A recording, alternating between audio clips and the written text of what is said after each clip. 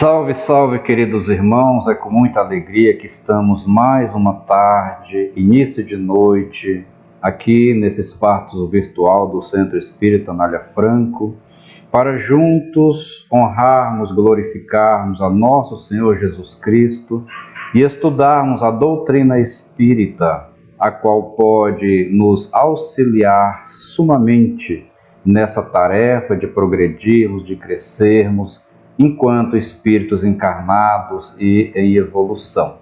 Que nosso Senhor Jesus Cristo possa encontrá-los gozando de saúde, de muita paz, de muita harmonia, de muita tranquilidade.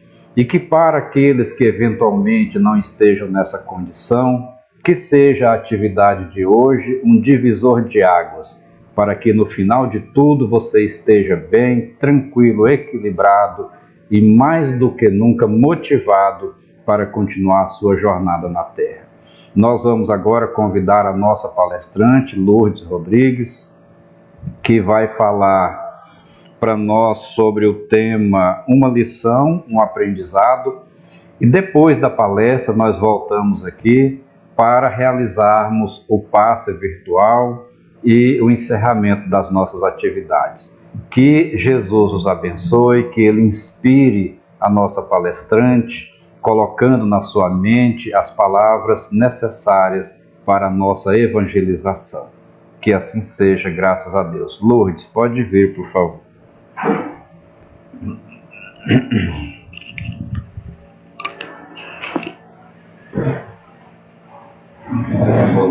Só deixa eu pegar a sua boca.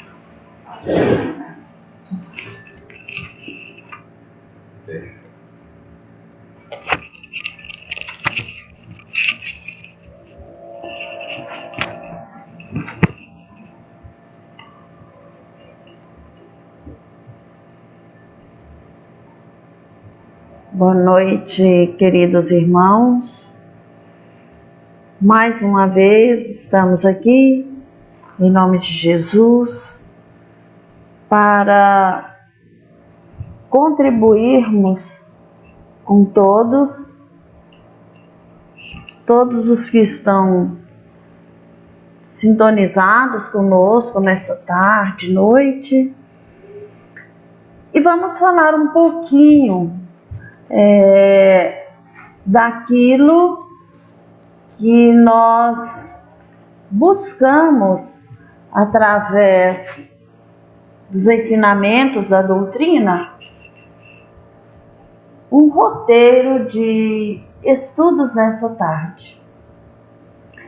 Após a gente fazer algumas reflexões, e sempre que estou na organização dos conteúdos para contribuir nos momentos de estudos, eu faço algumas preces, peço solicitações para que possam me ajudar, me auxiliarem naquilo que nós precisamos compreender para socializar com este grupo que, ao longo desses momentos de aflições, da condição que nos leva a nos comunicarmos virtualmente, como melhor podermos socializar com o grupo. E após toda essa reflexão que fizemos, cheguei à conclusão de que tudo isto nada mais é do que uma grande lição que nos serve de aprendizados. Daí, originariamente, colocar essa temática. Onde que eu mudo aqui?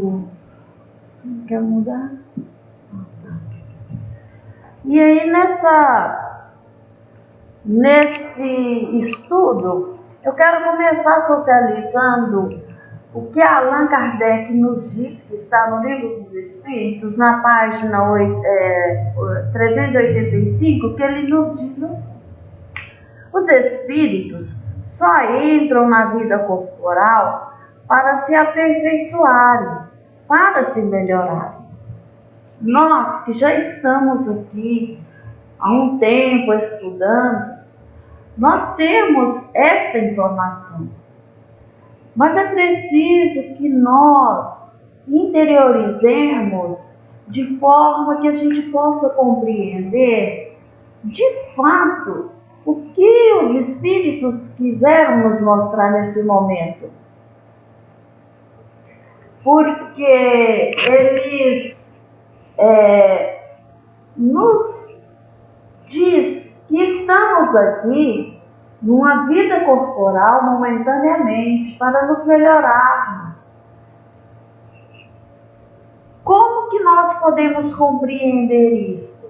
Da forma que saibamos utilizar esse tempo para construirmos em nós um perfil espiritual melhor do que aquele quando nós chegamos aqui para estabilizar momentaneamente nesse corpo. Então, quais são as condições que nós precisamos saber?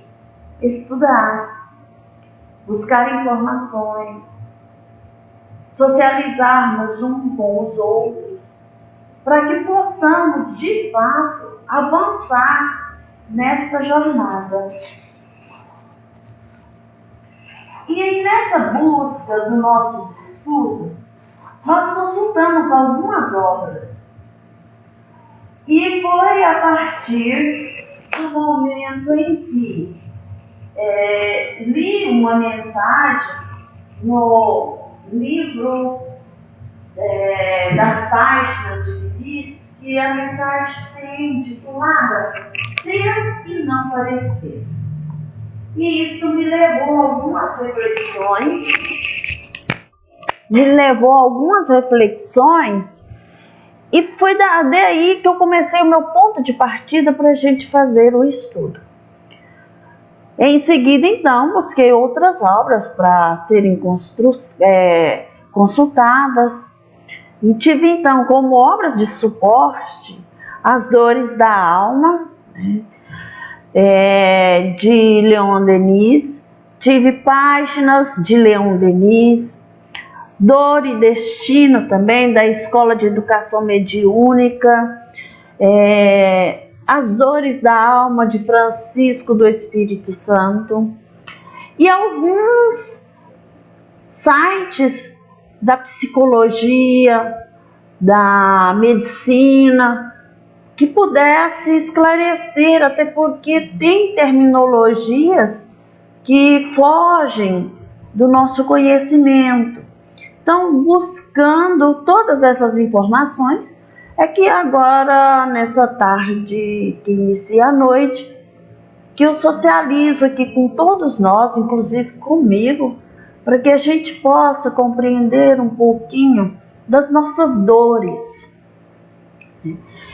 E no livro, deixei aqui também para a gente ver, que é muito interessante e que nós iremos, ao longo dos outros momentos de socialização, aprofundarmos um pouquinho mais do que ele nos traz como dores da alma, que é de Francisco do Espírito Santo, que é do Espírito Hamed.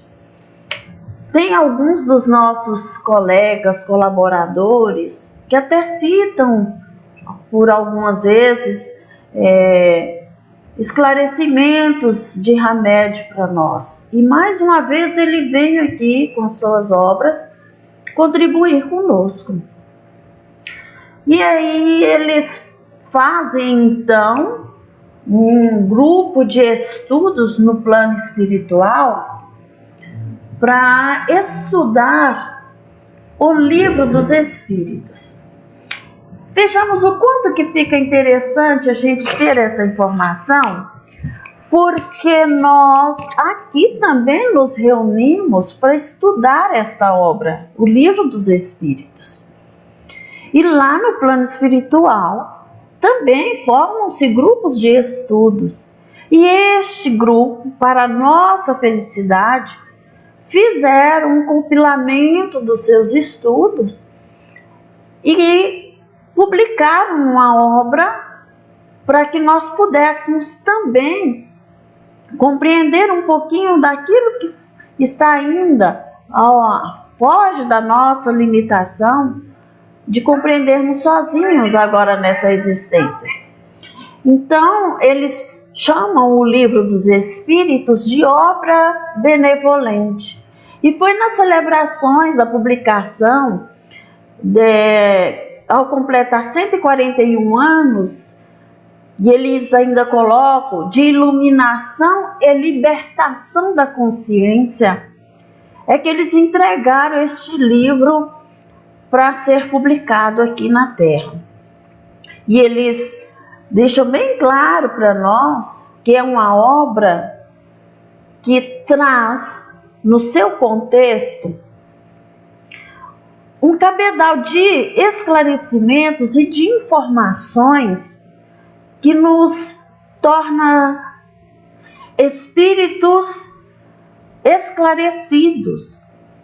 São informações que nos iluminam a escuridão que ainda há em nós por não conseguirmos enxergar, ver aquilo que Jesus veio aqui, ficou presente aqui, nos mostrou, mas que a nossa ignorância, a nossa falta de sabedoria ainda nos impede de alcançar esse conhecimento, de obtermos esta libertação das condições inferiores que trazemos conosco, que estão ainda armazenadas em nossa consciência. Então, são meditações sobre os ensinamentos superiores do Livro dos Espíritos. Vejam que eles colocam, então, não só como um momento de encontro para estudo, mas são meditações sobre estes ensinamentos, que nos remete a organizarmos grupos aqui, que extrapole só de nos reunirmos para lermos as questões e respostas, mas sim nos reunirmos para meditarmos sobre aquelas informações contidas nesta obra. Retomando, mesmo quando é dito aqui constantemente que o Livro dos Espíritos foi publicado em 18 de abril de 1857, muitos de nossos confrades ainda não conseguiram registrar esta data. E às vezes são interrogados num diálogo do cotidiano e não conseguem lembrar. Então, só para a gente lembrar mais uma vez que esta obra de sabedoria divina foi publicada nesta data. E aí eles trabalham então em cima do Livro dos Espíritos, nos seus estudos, e caracterizando-a como obra basilar. Obra basilar, se a gente fizer uma comparação da base de uma casa, nós vamos compreender então, dentro da doutrina, que base é esta. Se nós temos hoje a doutrina espírita, ela precisou de uma base, de uma estruturação, de uma organização, para levantar os pilares que dariam sustentação à transformação moral e espiritual dos seres na Terra. Nesta obra, eles encontraram verdadeiros tratados da sociologia, da psicoterapia, da pedagogia de saúde mental e de tantas outras ciências que são valiosos recursos para o desenvolvimento da nossa capacidade. Então, vejamos que num único livro, em uma única obra, nós podemos encontrar todo um referencial que nos dê sustentação para nos transformarmos. Se estudarmos então verdadeiramente esta obra, com certeza nós nos tornaremos seres melhores, à medida que compreendemos e praticamos.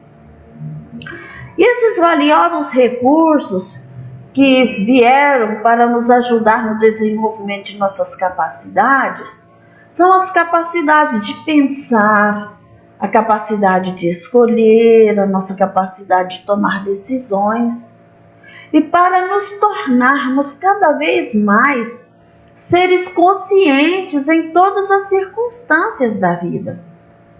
Quando se fala em todas as circunstâncias da vida, talvez as nossas experiências mais difíceis são os momentos colocados em nós para que de fato possamos exercer este conhecimento.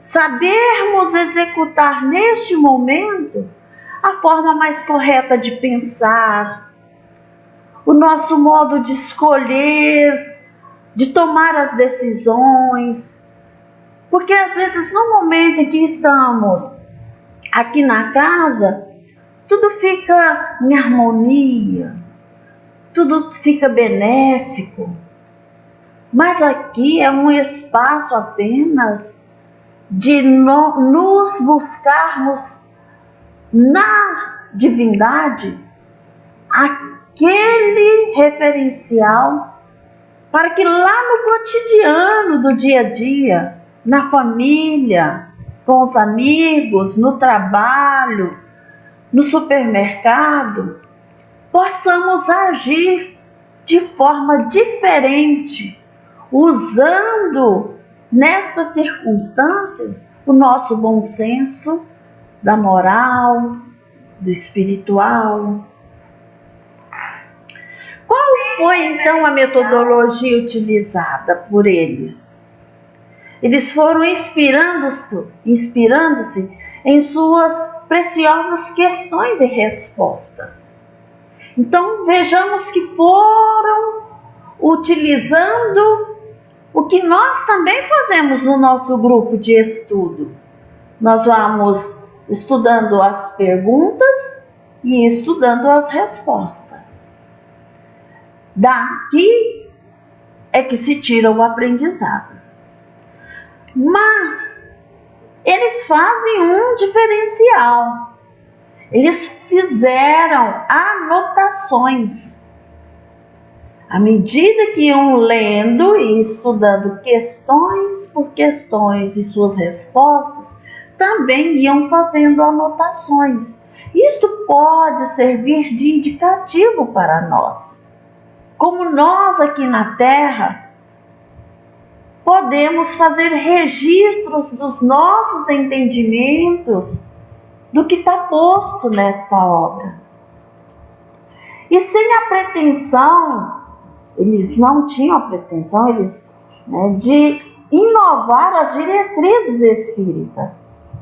Não eram para modificar, mas sim eles tinham o propósito sincero de reafirmar-nos os sublimes conceitos que já existem lá e que são grandes estimuladores da mente humana. Eles não vieram trazer informações modificadas, mas eles vieram nos apresentar como podemos também aqui compreender o que eles compreenderam lá. Mas eles tinham a consciência de que era uma equipe que integrava uma falange de espíritos ainda em evolução. Então eles não estão diferentes de nós. Eles também estão no processo evolutivo. Então, são espíritos. Deixa eu me organizar. São espíritos ainda em evolução nas atmosferas intelectuais da Terra, tão sujeitos a enganos como qualquer outro. Então, eles tinham essa clareza. Isto nós podemos caracterizar ou chamar de humildade, que é um grupo que se reuniu, mas que tem a humildade de saber que ainda precisam de estudo, de melhoria para evoluir. E eles nos dizem então na obra: temos também consciência de que somos uma alma que leva ao alto o archote iluminado por Jesus Cristo. Por compaixão nos concedeu a graça de carregar, para que iluminássemos a nós mesmos em primeiro lugar, a fim de que conhecêssemos as nossas faltas e, ao superá-las, realizássemos serviço do autodescobrimento. É interessante que eles colocam que essa melhoria, em primeiro lugar, tem que partir de nós e para nós mesmos, para que conhecemos as nossas faltas e que podemos superá-las.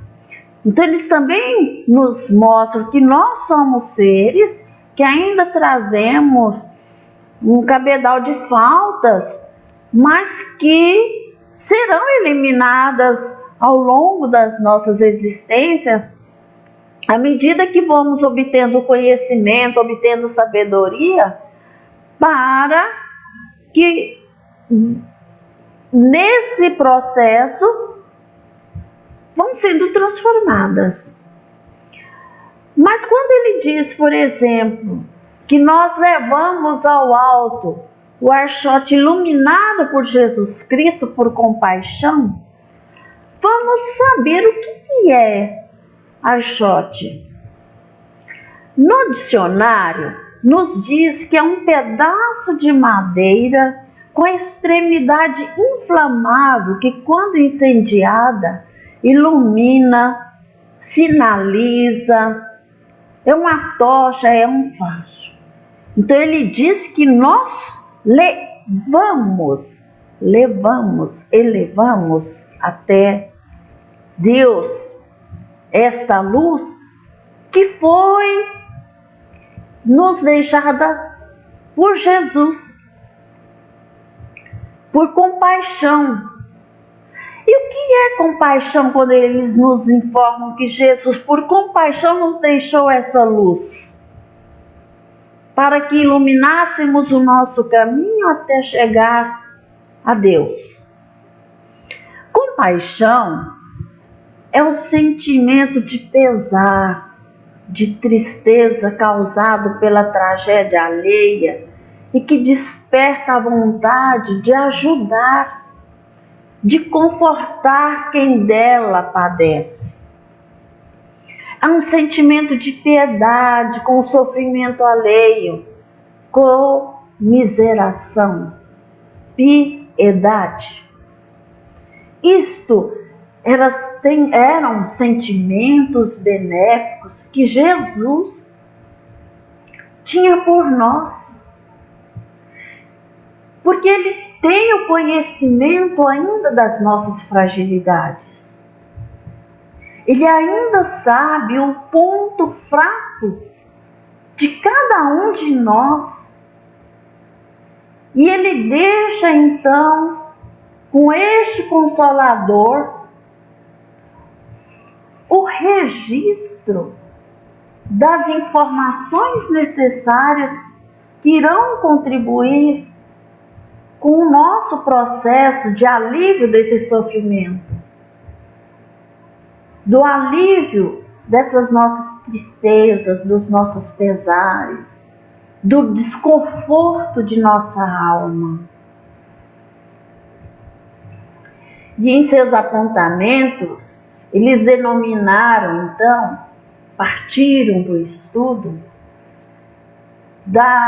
do que nós aqui encarnados conhecemos muito, que são chamados 7 pecados capitais.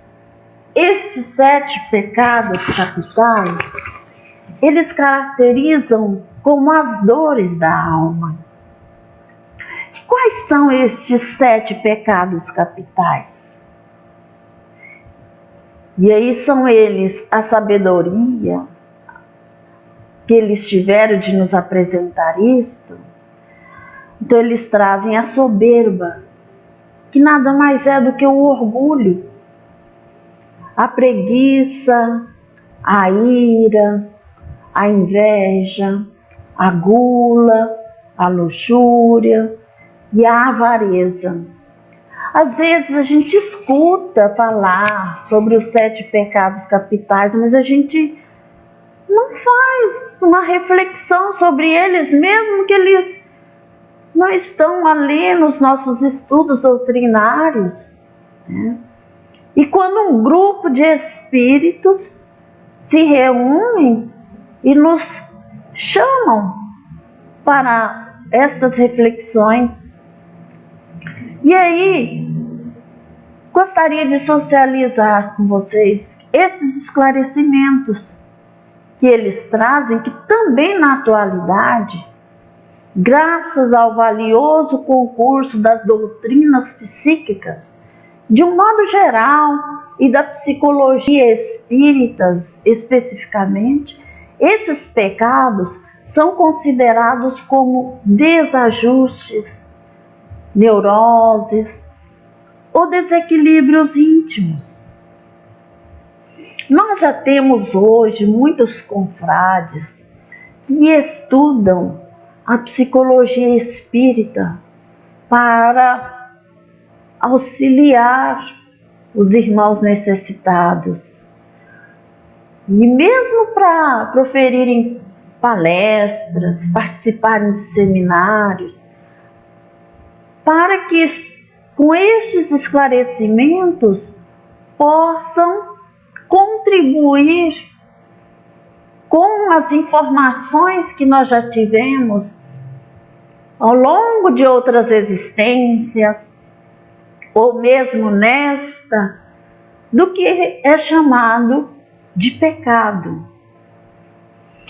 E aí, buscando o que são estes desajustes na psicologia, ela nos diz que são inadaptação no que diz respeito às ideias e às formas de agir do indivíduo à comunidade em que se insere. Não se adaptam muito. Às vezes, mediante as situações que lhes são apresentadas, eles têm um comportamento não adequado para agir em comunidade. Então, agem de forma que não é prejudicial a si e às vezes aos que os rodeiam. Então, estes desajustes podem estar muito ligados no outro desajuste que é chamado de neurose. E a neurose, na medicina, o que ela nos diz? Ela nos diz que são distúrbios psicológicos caracterizados por perturbações afetivas e emocionais. Então vejamos que esses desajustes estão interligados a nossas neuroses. E estas neuroses estão presentes ainda nos seres humanos encarnados. Porque quem de nós não passa por momentos de angústia, de depressão, de obsessão ou de fobia?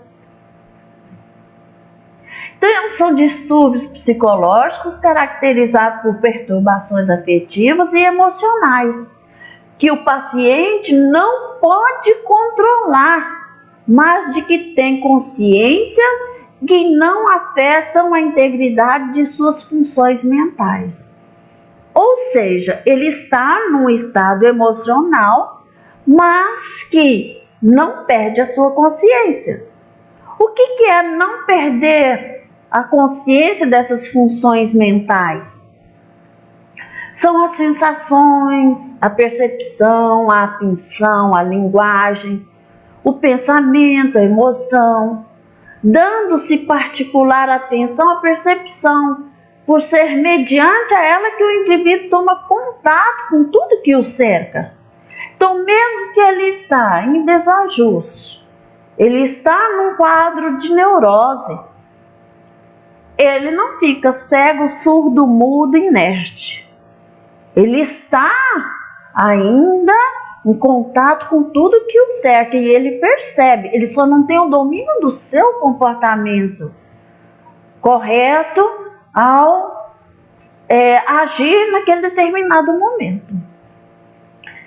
E o outro são os desequilíbrios íntimos, que a psicologia nos diz que é a instabilidade emocional, que todos nós também ainda passamos por isso. Ora estamos muito tristes, ora estamos muito alegres, ora estamos num estado neutro, ora nós estamos sem nenhum sentimento ruim, ora nós carregamos sentimentos ruins, ora nós estamos voltados para o bem, ora nós estamos voltados para o mal. Por quê? Porque ainda carregamos no nosso íntimo estas instabilidades. Quais são os sintomas que nós podemos perceber de desequilíbrio emocional, então? Nós percebemos quando temos problemas para se concentrar. Quando busquei estas informações, são para que elas possam contribuir conosco nos momentos em que estamos ali vivenciando, interiorizando, o nosso eu, e que a gente, fazendo isso numa autoanálise, a gente possa perceber de fato em que estado de sintonia emocional eu estou. Estou mais para o equilíbrio, estou mais para o desequilíbrio, né? Então, problemas para se concentrar é onde a pessoa vive em um mundo paralelo. Começa a ler, mas não consegue focar naquela leitura. Está assistindo televisão, mas está pensando num monte de outras situações. Até fiquei pensando, mas sempre às vezes falo assim, nossa, mas presta atenção aqui, os homens falam para as mulheres, presta atenção, você não está prestando atenção. E a gente fala, não, mas nós mulheres temos o oitavo sentido. Mas é preciso estar atento também se de fato esse momento que nós vivenciamos nos traz esse equilíbrio de conseguirmos fazer inúmeras atividades, mas cada uma com a sua especificidade, e não se ausentar do mundo real e viver num mundo paralelo. O próximo é a irritabilidade, quando não consegue lidar com as situações adversas da vida com serenidade. Usar o bom senso, o equilíbrio, o racional, para diante de determinada situação, tomar atitudes coerentes. O descontrole. Quem está emocionalmente desequilibrado, deixa as emoções falarem mais alto que a razão. Tanto esse descontrole quanto essa irritabilidade, nós temos, por exemplo, no trânsito, visto muito isso. Por qualquer coisinha, desce do carro, discute, faz sinais, gritam, xingam, brigam, entendeu? Por estar num ritmo, numa irritabilidade ou num descontrole que um simples fato à sua frente provoca muito mais ainda esse descontrole e esse desequilíbrio. Aí temos a insônia. A insônia, quando a pessoa tende a passar por noites em claros. E mesmo quando está acordado, não consegue fazer nada por conta do cansaço. Deita, não dorme, mas fica pensando, eu precisava fazer isso, então eu vou fazer aquilo. Mas o corpo, cansaço físico, cansaço mental, não lhe assegura esta atitude. Então fica na insônia, esperando a noite ou o tempo passar. E o próximo são as dores, começam a surgir as nossas dores, né? As dores que são refletidas no nosso físico. Então o aparecimento de dores físicas é uma das primeiras manifestações do desequilíbrio emocional. Estas informações são complementares que fui pesquisando, mostrando que não estão contidas na obra, as dores da alma, mas que para compreendermos o que eles nos colocam lá, fomos buscando essas informações para nos auxiliarem no entendimento. E aí eles nos dizem na obra, em verdade, os pecadores precisam mais de autoanálise, reparação e tratamento do que de condenação, de repressão ou de castigo. Por que eles nos mostram isso? Porque hoje eles apresentam dentro da doutrina essas possibilidades e a própria medicina, que não dissocia da doutrina, para que nos ajudem nessas condições de melhorias do nosso ser, tanto espiritual quanto físico. E não quando estamos neste quadro do que se chamou de pecados, não levá-los ao sacerdote para que os absolva, ou simplesmente apontá-los como faltas ou erros provocados pela ação dos espíritos inferiores, sem assumir nenhuma responsabilidade.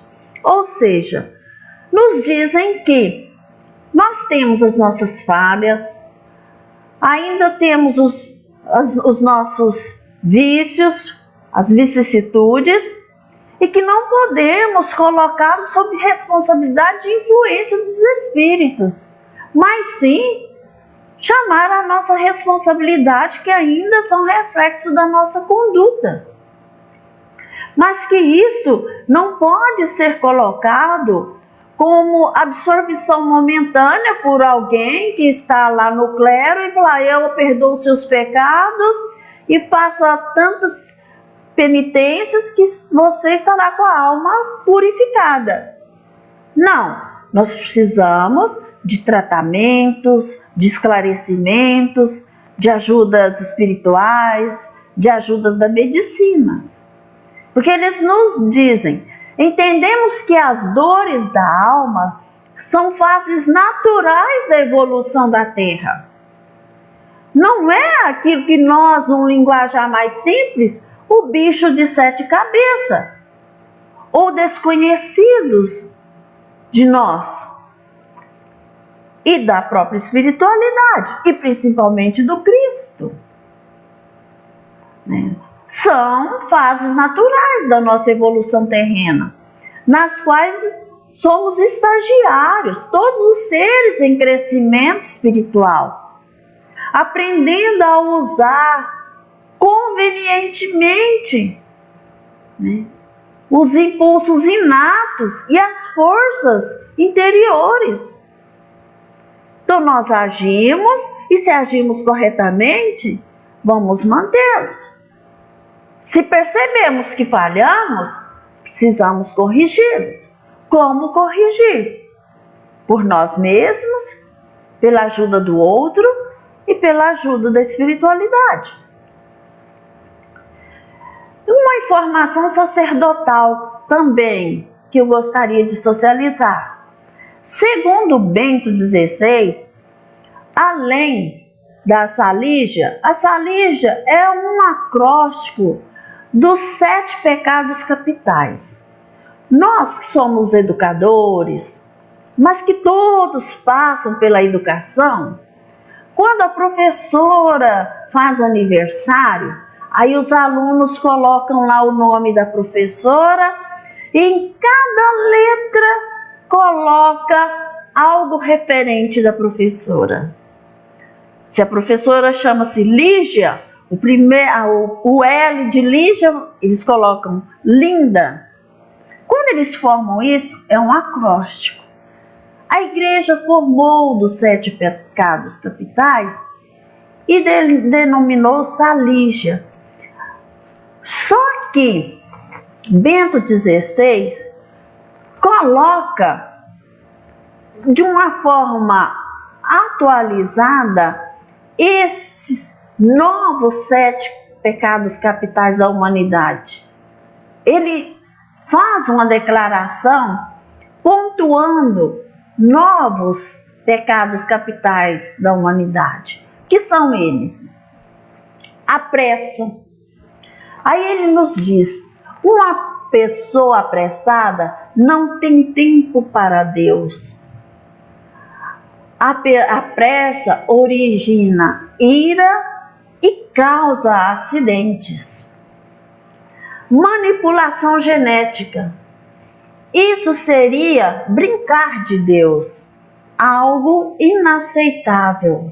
Aqui a gente sabe que foi a tentativa de clonar o ser humano. Interferir no meio ambiente, adicionar imperfeições na criação de Deus, causar pobreza. E ele nos diz que causar pobreza é retirar dinheiro dos outros por avareza. Ser muito rico. Quando ele fala de ser muito rico, que ele coloca como um pecado capital, é quando se causa desigualdade social, o que é inaceitável, pois todos são iguais perante a Deus. Usar drogas é interferir em seu organismo. Causar injustiça social são os preconceitos, são os bullying. É o desfazer-se do outro em sua maioria. Muito interessante isso que ele nos coloca, porque dá para a gente trabalhar o nosso conhecimento dentro da doutrina para compreendermos esse universo atual e sabermos em que precisamos nos melhorar e o que podemos ajudar o outro. Por que foi instituído então os 7 pecados capitais? Porque na era medieval eles tinham que tomar algumas atitudes para manter a sociedade em equilíbrio.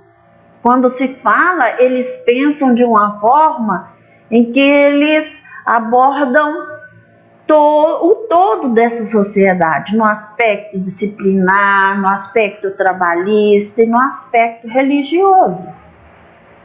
Então ele diz que a moralidade medieval, em seu ardoroso empenho de regulamentar uma linha de conduta, instituiu os 7 pecados capitais, que supomos ter sido uma tentativa de impedir que as criaturas enveredassem pelo imaginário dos caminhos do mal. Então eles queriam nesse período histórico pôr uma moralidade para que eles tivessem o domínio total até da alma do ser. temor de serem levados a uma completa ruína por toda a eternidade. Na era medieval, alguns historiadores costumam dividir essa sociedade em 3 ordens. Por que a gente precisa saber disso? Porque muitos de nós provavelmente estamos aqui agora, mas vivenciamos esse momento histórico, né? Então tinha o clero, e no clero cabia cuidar da salvação espiritual de todos, onde o clero também obedecia todos os critérios da parte material. Tanto é que foi formando um patrimônio gigantesco dentro da igreja. E o clero é que absorvia aquele que poderia ser salvo e o que seria condenado. Como deveria agir com um e como deveria agir com o outro. Aí tinham os guerreiros, que era para zelar pela segurança, que na realidade obedeciam os seus senhores e prejudicavam os trabalhadores, porque eles executavam as ordens dos seus senhores, e os servos, que executavam o trabalho nos feudos, que trabalhavam e produziam não para si, mas para os seus senhores. No mundo medieval, ainda a posição social dos indivíduos era definida pela posse ou pela propriedade da terra, principalmente expressão de riqueza daquele período. Mas será que já conseguimos eliminar isto de nossa sociedade atual? Ou será que ainda há esse peso e esse valor entre os seres neste momento de nossa existência? Definindo quem somos pelas nossas posses, né? Pelo meio em que nós estamos inseridos. Como que nós conseguimos ver esse período atual, fazendo um paralelo com o período medieval? Não podemos deixar de esclarecer que evoluímos, e muito, mas cabe-nos refletir, nesse contexto atual, esta questão da posse e da posição social dos indivíduos. Na atualidade, as religiões austeras, essas mais rígidas, né, se dizem mais fiéis à igreja, intransigentes, proclamam ainda o pecado em altas vozes, julgando as atitudes e as ações com um radicalismo irracional e posicionando-se com uma certeza absoluta sobre o que é bom ou mal, o que é certo e o que é errado, dentro ainda dos seus critérios.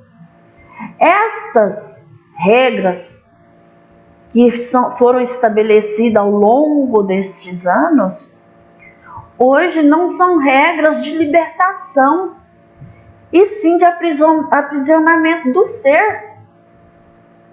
Porque eu vou, me confesso, rezo 10 Ave Marias, mas continuo com a minha mente, com as minhas dores, nas mesmas condições.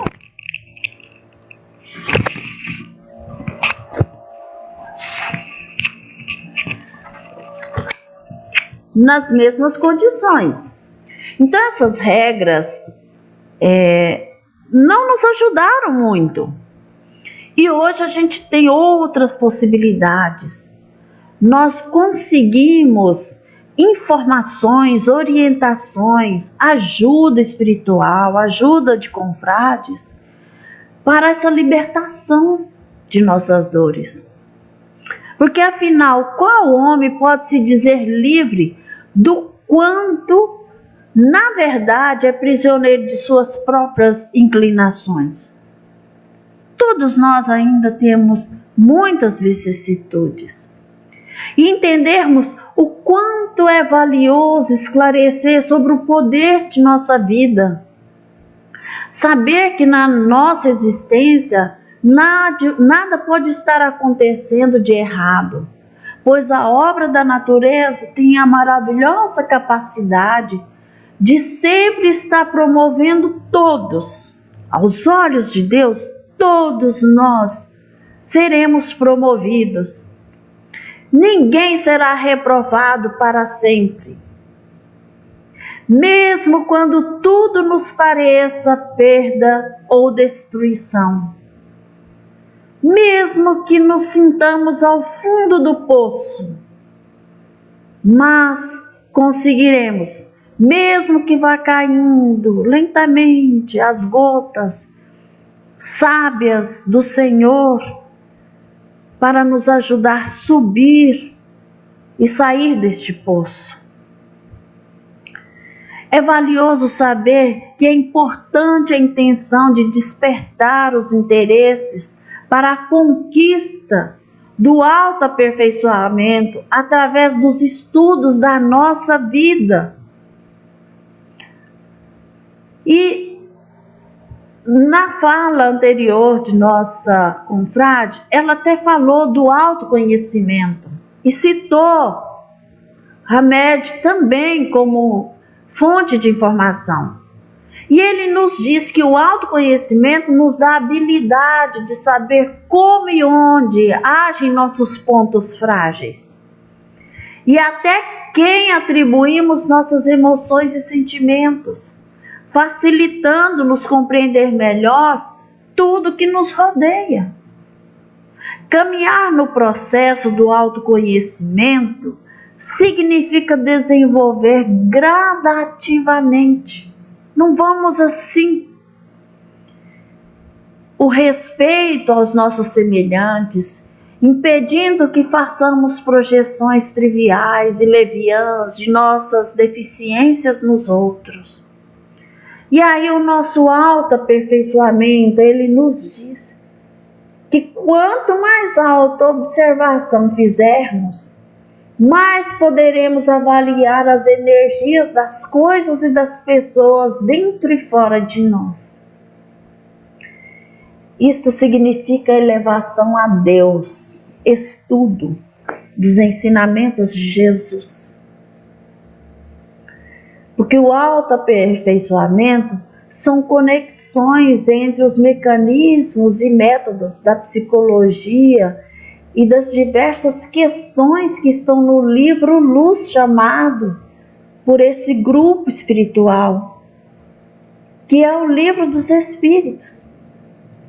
E que temos tantas outras obras na sequência, como o Evangelho segundo o Espiritismo. E saber lidar com as dores de nossas almas, porque são tantas. E que da próxima vez nós falaremos um pouquinho mais delas. Mas nós temos a crueldade, a irresponsabilidade, a crítica, a solidão, a ilusão, o medo, a preocupação, o vício, a culpa, o orgulho, a mágoa, o egoísmo, a baixa autoestima, a ansiedade, a dependência, inveja, as nossas perdas, inseguranças, repressão, depressão. São tantas as dores de nossa alma. E que nós precisamos saber lidar com elas para alcançarmos o sucesso individual, que é a nossa evolução, a nossa melhoria, a nossa estabilidade emocional. E Leon Denis nos diz: tudo que vive neste mundo, tudo, natureza, animal, o homem, sofre. E todavia o amor é a lei do universo. E por amor foi que Deus criou os seres. Então Deus nos ama com tamanha infinitude, que não é por acaso que estamos aqui.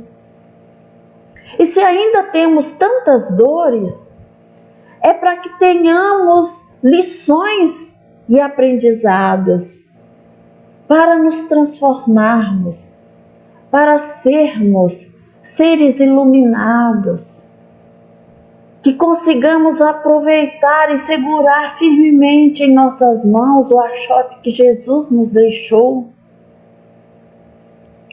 E Ele nos diz que a dor segue todos os nossos passos. Espreita-nos em todas as voltas do caminho, então não tem como fugir, como correr. E diante desta esfinge que o fita com seu olhar estranho, o homem faz a eterna pergunta: por que existe a dor? É no que nos concerne uma punição? Nos concerne uma expiação, como dizem alguns? É a reparação do passado? É o resgate das faltas cometidas? Cada um, na sua investigação, irá descobrir com o tempo o porquê de suas dores, o que aflige tanto a sua alma. Fundamentalmente considerada a dor é uma lei de equilíbrio e de educação. Ela nos orienta para o bom caminho. Se fosse tudo muito zen, nós íamos permanecer igual o peixinho que tem na obra de André Luiz, lá dentro de um buraco escuro, quietinho, comendo e engordando e vivendo ali. Não, nós somos seres ativos e é pela lei de equilíbrio que nós vamos adquirir a educação de nós mesmos, nos educarmos. Sem dúvida, as falhas do passado recaem sobre nós com todo o seu peso e determinam as condições de nosso destino. É óbvio, é consequência. O sofrimento não é muitas vezes mais do que a repercussão das violações da ordem eterna cometidas. Mas sendo partilha de todos, deve ser considerado como necessidade de ordem geral, como agente de desenvolvimento, condições do progresso. Todos os seres têm, por sua vez, passar por ele. Sua ação é benfazeja para quem sabe compreendê-lo, mas somente podem compreendê-lo aqueles que se lhes sentiram os poderosos efeitos. Ou seja, precisamos ter o equilíbrio para mantermos no foco, para compreendermos os ensinamentos e colocá-los na prática. O sofrimento, por sua ação química, tem sempre um resultado útil, mas esse resultado varia infinitamente segundo os indivíduos e seu estado de adiantamento. Apurando o nosso invólucro material, dá mais força ao ser interior, mais facilidade para se desapegar às coisas terrenas. Em outros, mais adiantados no seu grau de evolução, atuará no sentido moral. A dor é como uma asa dada à alma escravizada pela carne, para ajudá-la a despreender-se e a elevar-se mais alto. Que maravilha se a gente compreender as nossas dores assim, que são asas da nossa libertação, da nossa escravidão, que irão nos ajudar a desprender, a nos despertarmos a nos elevarmos para o alto. Estas magníficas palavras de Leon Denis estão na obra O Problema do Ser e do Destino e da Dor. Nós ainda vamos prosseguir nesse estudo.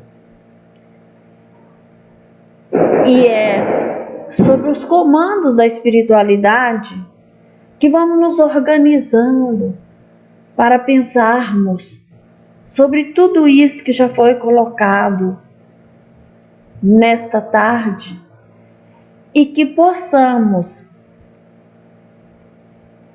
individualmente lembrarmos para seguirmos os nossos estudos posteriores. Fica aqui minha gratidão ao plano espiritual, que sempre tem me iluminado e com certeza iluminado a todos nós, que nos inspira, que inspira cada palestrante que vem aqui para socializar conosco novos saberes, que ilumina a nossa casa, que ilumina os trabalhadores, que está sempre a posto para nos proteger e nos guiar. Que sejamos gratos a Jesus, que por compaixão deixou esse legado infinitamente bom para compreendermos quem somos, nos dando indicativo para onde iremos, que é chegar à plenitude da evolução espiritual de todos nós. Que amanhã o nosso planeta seja abençoado na saúde corporal, mas também na saúde das dores da alma de cada um que ainda encarnado permanece aqui e dos desencarnados que estão ligados aqui.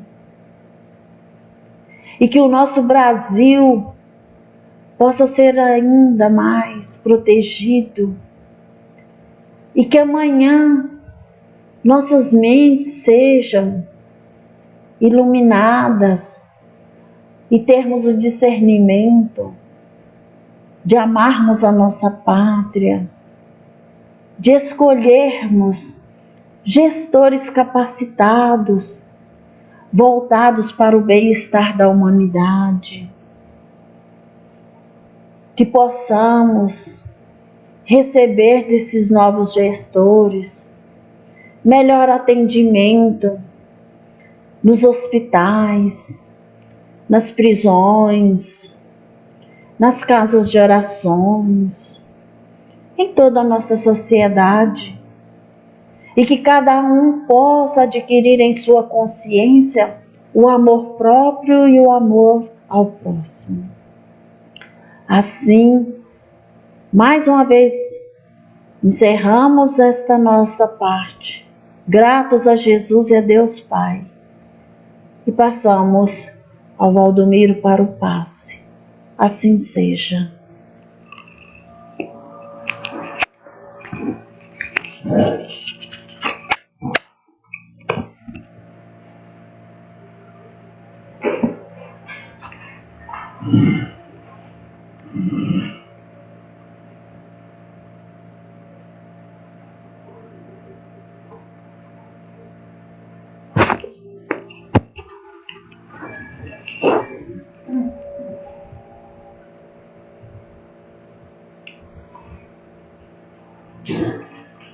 Nós vamos nesse ponto realizar o passe. Convido a todos para colocarem-se numa posição de tranquilidade, de conforto, de recolhimento, para que Jesus nos abençoe em todas as nossas rogativas. vamos já elevando nossos pensamentos, colocando-nos numa posição de muita tranquilidade.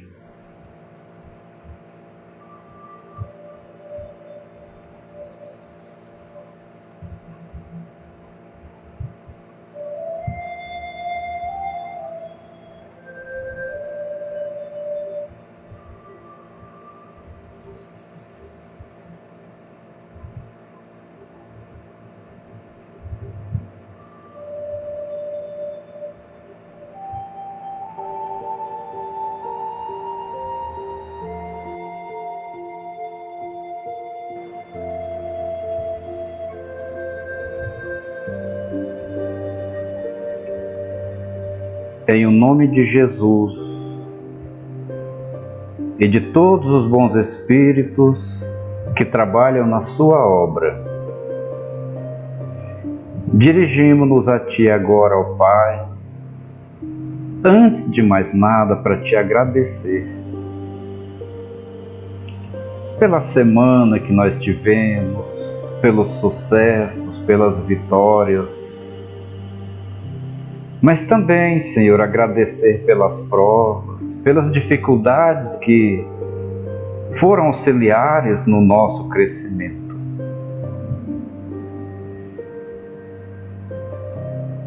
Nesse momento, nesse ambiente virtual, unimos os nossos corações e as nossas mentes, Senhor, esperançosos de receber da vossa misericordiosa atenção o necessário para o nosso equilíbrio físico, espiritual, emocional, psicológico. Quantas dores, quantas aflições, quantos sofrimentos ainda estão lá fora, talvez próximo de algum desses irmãos que estão conosco. Então é por esses que te pedimos agora. É por esses, Senhor, que apelamos à sua misericórdia. Nós desejamos te louvar primeiro com a oração que o Senhor nos ensinou e depois te pedir a bênção do passe. Pai nosso que está no céu, santificado seja o vosso nome. Venha a nós o vosso reino. Seja feita a vossa vontade, assim na terra como no céu. O pão nosso de cada dia dai-nos hoje. Perdoai as nossas ofensas, assim como nós perdoamos a quem nos tenha ofendido. E não nos deixeis cair em tentação, mas livrai-nos do mal.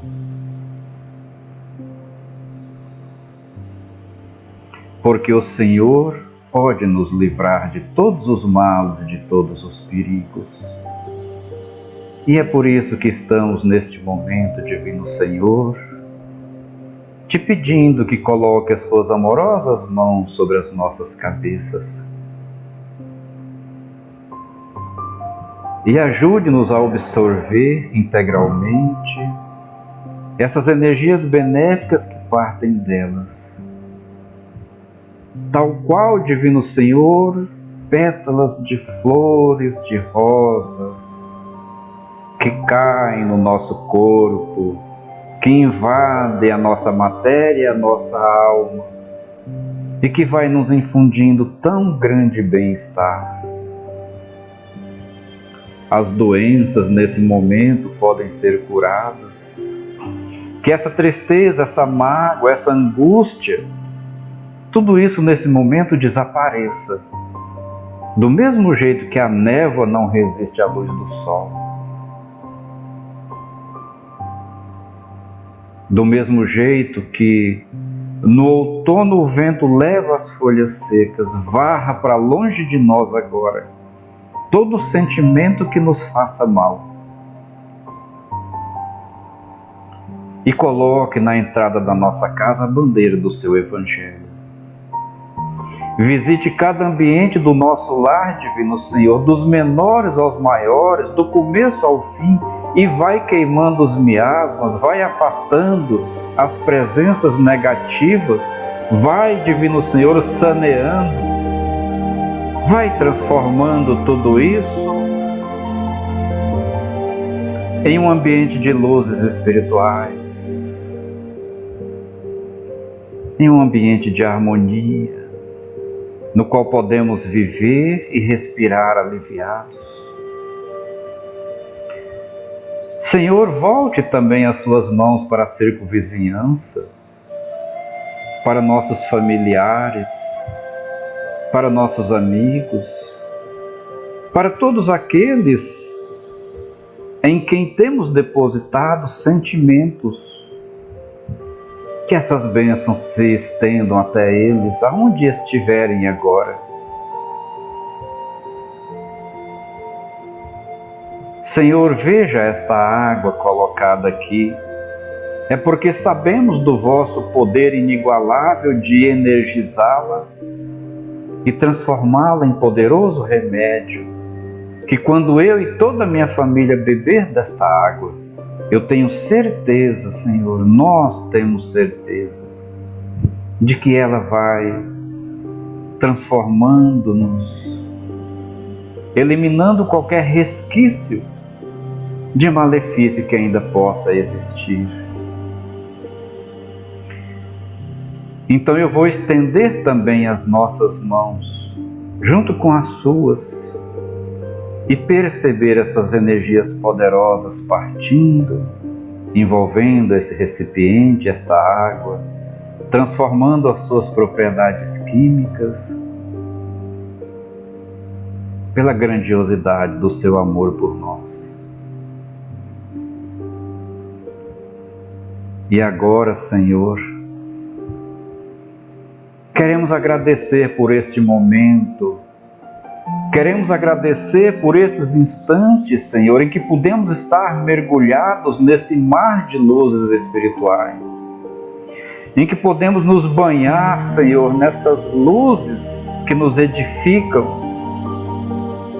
Louvado seja o seu nome, Senhor. Obrigado por tudo. O que seria de nós não fosse a bondade, o amor, a misericórdia incomparável que o Senhor tem por nós. Então nós te louvamos por isso. Sentimos-nos fortalecidos, tal qual a criança que ainda com perninhas trôpegas é levada pelas mãos dos seus pais. Sentimos-nos amparados por ti. E Senhor, este irmão, essa irmã que nos ouve, que participa conosco agora, com seu coração focado nestas palavras, nesta vibração, nesta oração, diagnostique nesse momento o seu maior problema, a sua maior dor, a sua maior tristeza, Senhor, os maiores obstáculos da sua vida, e derrube por terra, neste instante, tudo que entrava a sua jornada. E assim, confiantes na sua assistência que nunca nos faltou, e na vossa promessa lá em Lucas, de que tudo que pedíssemos em o nome de Jesus, o Senhor nos faria, é que nesse momento te agradecemos e pedimos permissão, Divino Senhor, para colocarmos uma pequena interrupção nas nossas atividades de hoje, mas te pedir desde já que quando nos deitarmos e o nosso corpo repousar na nossa cama, que as nossas almas leves, sedentas de saber, de luz e amor, adentrem ao plano espiritual e conduzidas por ti, continue, Senhor, nessa tarefa bendita de aprender para crescer e crescer para aprender cada vez mais. Louvado seja o seu nome, Senhor, agora e sempre. Que assim seja. E assim, queridos irmãos, em o nome de Jesus Eu desejo abraçá-los fraternalmente mais uma vez, agradecendo a cada um de vocês que se dispuseram a estar conosco até esse instante. Que Jesus lhes recompense e atenda a todas as suas rogativas. E convido desde já para o nosso estudo, na segunda-feira às 19h30, estudo sistematizado da doutrina espírita, que será maravilhoso em nome de Jesus. Fiquem com Deus, tenham um excelente final de semana, que Deus abençoe você e sua família, que Deus ilumine o seu lar. E lembre-se, amanhã é um novo dia, e aquilo que só deu um pouco certo hoje, amanhã dará muito certo. Confia, tenha fé, porque com Deus tudo podemos.